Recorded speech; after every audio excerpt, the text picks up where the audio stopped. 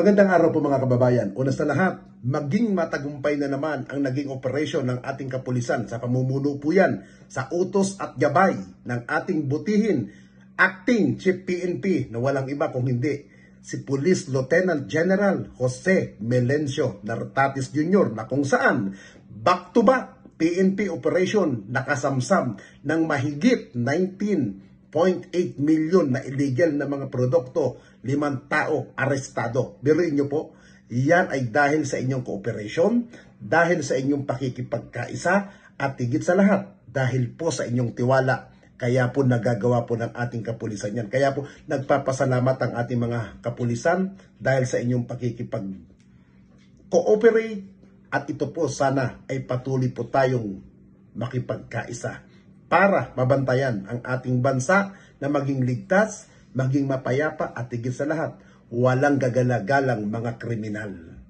Alinsunod sa utos ni Pangulong Ferdinand Romualdez Marcos Jr. na palakasin ang laban kontra illegal na kalakalan at panatilihin ligtas ang mamamayan, matagumpay na nagsagawa ang Philippine National Police, PNP, na magkakasunod na operasyon noong October 9, 2025 na nagresulta sa ilang arestado at pagkumpiska ng milyong-milyong pisong halaga ng ipinagbabawal na produkto. Ang operasyon ay isinagawa bilang bahagi ng Enhanced Management Police Operation AMPO sa ilalim ng PNP Focus Agenda na nagpapakita ng estranghiya at disiplinadong pamamaraan sa pagpapatupad ng batas.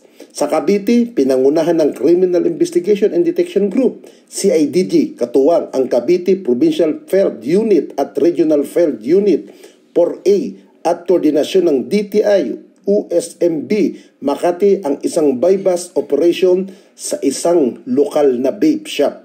Dahil sa operasyon, naaresto ang 2 individual na nakumpiska ang 24 master cases, 51 kahon at 4,025 bote ng illegal na vape product na itinatayang nagkakahalaga ng 12 million. Ang may-ari ng shop ay kasalukuyan hinahanap pa ng autoridad.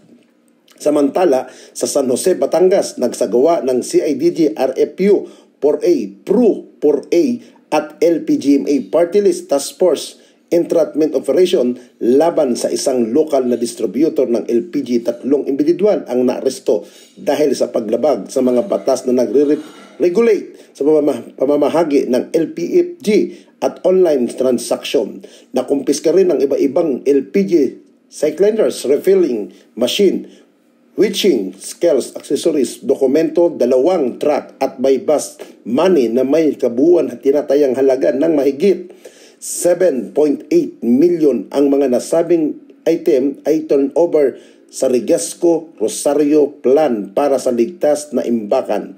Ayon kay Acting Chief PNP Police Lieutenant General Jose Melencio C. Nartatis Jr., ang operasyon ito ay patunay na ang ating kapulisan ay lubos na nakatuon sa direktiba ng Pangulo at sa ating PNP Focus Agenda sa pamamagitan ng AMPO na sinisiguro namin ang aming hakbang ay nakatuon sa para proteksyonan ang komunidad laban sa illegal na gawain. Dagdag pa ni PNP spokesperson Police Brigadier General Randolph T. Toño na nagpapasalamat kami sa dedikasyon sa ating mga fire unit at sumusuporta sa ating katuwang ang ahensya sa pamamagitan ng EMPO. Mabilis at epektibo tayong nakakakilos upang protektahan ang ating mga kababayan at masiguro na ang mga lehitimong negosyo ay magpapatuloy ng walang pangamba sa illegal na gawain.